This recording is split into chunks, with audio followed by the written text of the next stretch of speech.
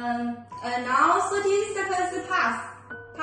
Okay, you can see the mouse guide is soft and it can be moldable. You see? You see it? Okay. Now you put the mouse guide in the mouse. Use your tongue and lip to press against the mouthpiece. Then use your finger to press against your lip and cheek to make a custom fit of the gum and kiss.